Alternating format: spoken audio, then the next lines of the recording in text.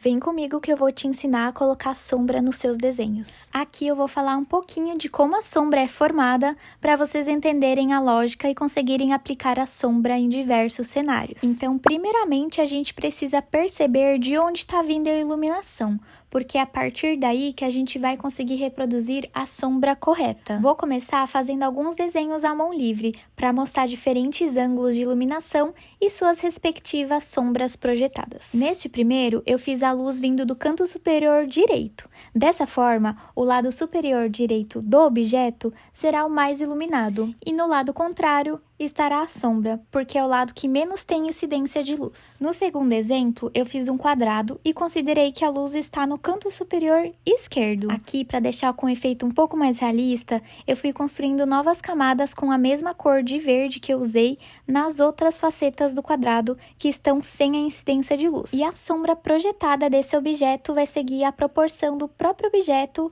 considerando o ângulo da iluminação. Nesse terceiro exemplo, eu fiz a luz vindo de cima, como se fosse o sol do meio-dia. Então, a incidência de luz vai ser na parte de cima do objeto e a parte de baixo estará mais escura. Aqui, a sombra projetada vai ser embaixo do objeto. Nesse último exemplo, eu considerei a luz vindo do canto superior direito, só que aqui eu vou fazer um chão e uma parede para exemplificar como eu faço a maioria das sombras projetadas nos desenhos. Então, na parte contrária de onde vem a iluminação, eu criei uma nova camada com o mesmo tom da parede para construir a sombra, e o mesmo eu fiz no chão. E eu complementei essa parte de trás da caixa que tem a sombra usando um amarelo mais escuro para dar uma maior impressão de sombra. Lembrando que não é a forma exata de fazer uma sombra realista, pois nela a gente tem que considerar alguns aspectos mais complexos, mas é a forma mais prática de entender e iniciar a construção de sombras. E agora eu vou aplicar essas dicas em um desenho. Aqui eu imaginei que a iluminação está vindo do canto superior direito, então a parte lateral esquerda e a parte de baixo de todos os itens